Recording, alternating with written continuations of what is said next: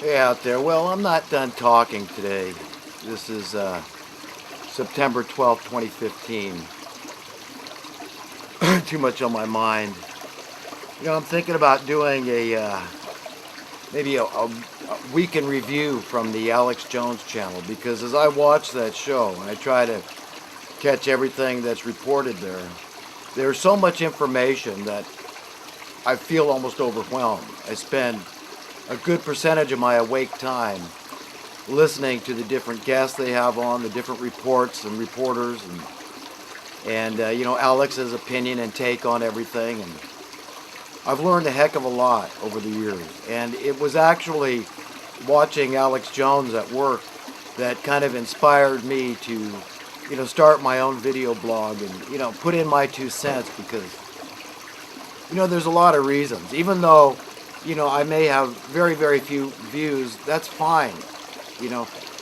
For one thing, I'm getting things off my chest. For another thing, I'm speaking truth to power, because I know that my speech has to be monitored in case it's incendiary. And I also am on record, and I'm doing something. I feel driven. I feel compelled to do something for the sake of spreading knowledge and helping wake people up. And it's not because I'm so smart and knowledgeable. Everything comes from above. All good things come from above. So when you get some great idea, you think you're so smart, just remember who gave you your brain. And thank God, because any worthy idea, anything worthy that I have to share with the public, with the world at large, it is from above.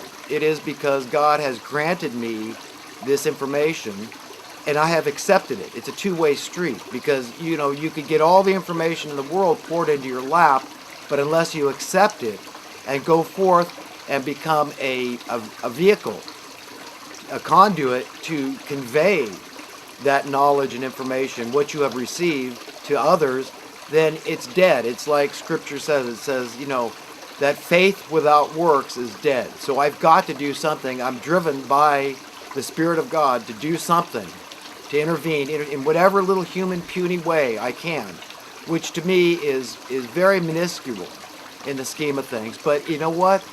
Every little bit helps. And if I contribute to help awake the human race in any tiny way, any of us, we will be rewarded, and we are today, just by being satisfied that we're proactive, we're doing something. Do you understand? You cannot simply sit back and tolerate tyranny. Okay? If you continue to tolerate this, you are inadvertently, in your compliance, you are inadvertently contributing to it. In that sense, you are a collaborator. You are colluding with the evil, even though you say, well, no, if I had my way, things wouldn't be going this way. But your silence speaks volumes. So none of us can be silent on these issues. When we know the truth and we're sure, wow, I get it now, then it's our duty, our obligation to our conscience, to our fellow human beings, to share that knowledge, whatever it is that we know or believe we know. And, that's why I do what I do. And, basically nothing can stop me. And it's another passage from Scripture comes to mind. If you try to stop these, the stones will cry. Jesus, in reference to his disciples, speaking truth to everybody, and that includes power. If you try to stop these that are speaking truth to, do what they're doing, this idea of free speech goes way back, thousands of years, to what Jesus taught. He said, then he would make the stones or the rocks cry out. And whether that's a metaphor, an allegory, analogy, or if it's literal, it could be. God could do anything. This idea of making the stones or rocks cry out, I firmly believe is under his control, because, after all, this is the one that set the universe in motion, that placed the galaxies in their proper alignment, that created our solar system work like a fine Swiss watch. This is the one with this kind of power, and we're going to say this God can't do anything? That he can't, when the earth is populated to his satisfaction, he can't pull the fertility plug? Yes, he can.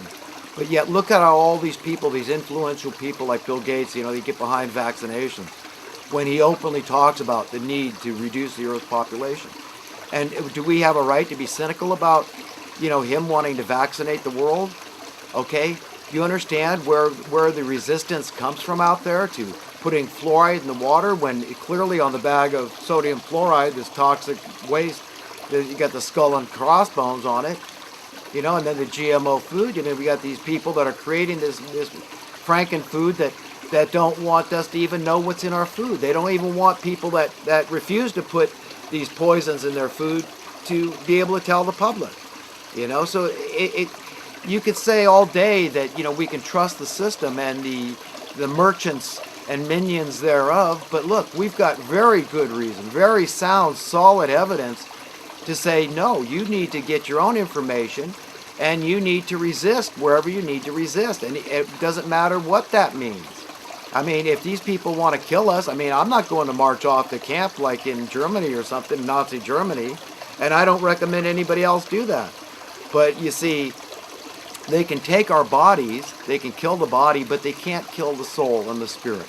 You get to keep your invisible essence, which is your true self, because it's the eternal self, forever. So if it comes down to it, if it's a life and death thing, remember, what is life? Let's define life. Life is an eternal gift. It's not just your body. Your body is what it is. It's a vehicle. It's a temporary shell. It works good for what it does, and it's integrated very well with our senses, with everything else about us, with our invisible qualities, our invisible essence, our heart, our soul, our spirit, our mind, all these kind of things are, yes, they're very integrated because that's the way we were created. But as easily as God gave us these bodies, which was a great joy to our parents, of course, as we all know, they enjoyed the act of procreation and the drugs that came with it. And I think I got it wrong last time I was talking about this drug. It's actually the drug that's produced, the procreation drug is oxytocin, the way science has named it. The endorphins may be part and parcel of all that, but this oxytocin I call the procreation drug. And so God made it feel very good to do his commandments, to go forth, be fruitful, and multiply. It's a beautiful thing.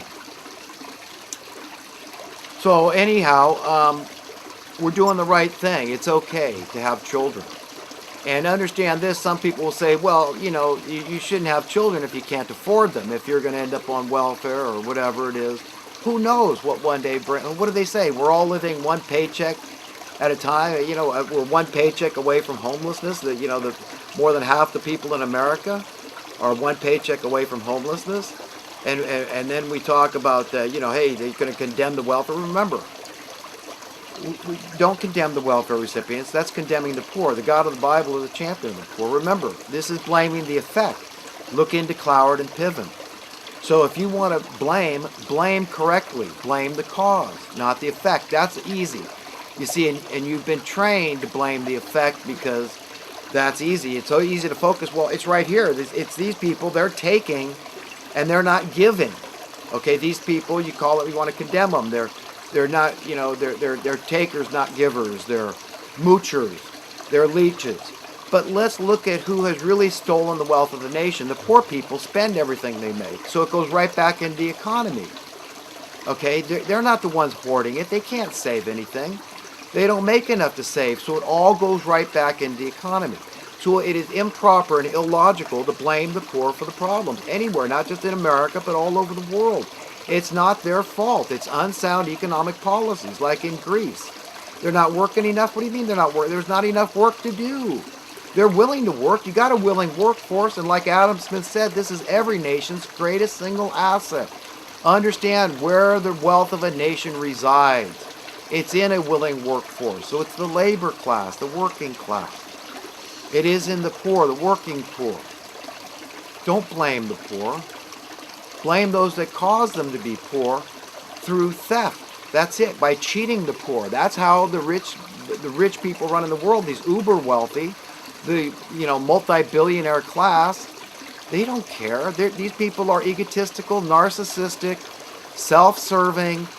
To me, they're psycho because it's irrational and it's unreasonable, it's illogical to want to hoard that kind of wealth. that kind of worldly wealth. Why would you want it? I can't see it. Okay, I have no doubt. I'm very confident in my ability to become a very wealthy man.